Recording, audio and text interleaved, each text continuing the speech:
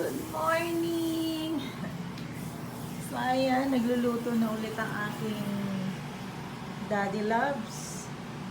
Nagluluto na ulit siya ng breakfast. So light breakfast lang ito. Ayan.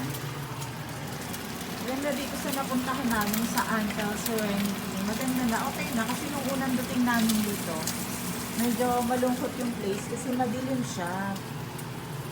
So, ayan, meron naman siyang microwave, meron siyang refrigerator, may hilutuan, tapos may mga gamit siya. Wala siyang kutsilyo, so hindi na kami nag-request. Bumili na lang kami ng sarili namin kutsilyo at saka chopping board. Tapos dahil madilim nga yung mga ilaw dito sa hotel kasi dim light siya. So, bumili rin kami ng ilaw namin, ayan. So, nakapatong lang yun dyan sa taas para maging maliwanag na maliwanag siya. So, ayan. Eh di naging maganda na at maliwanag dito sa aming tinutuluyan. So, ayan. So, ang aming princess ay tulog pa din. Yan. Dahil sobrang napagod kami. Hindi pala, napuyat kami kagabi dahil nag-visit kami sa kanyang mga cousin. So, ito lang yung medyo dito.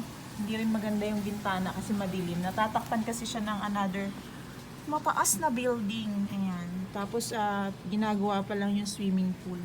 Ang linis ng bintana. Charot. Yung toilet niya, ayos naman. Ayan.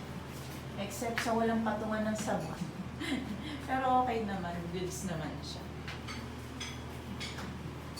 Hindi ko kayo na-tour agad nung bagong dating kami kasi pagod eh.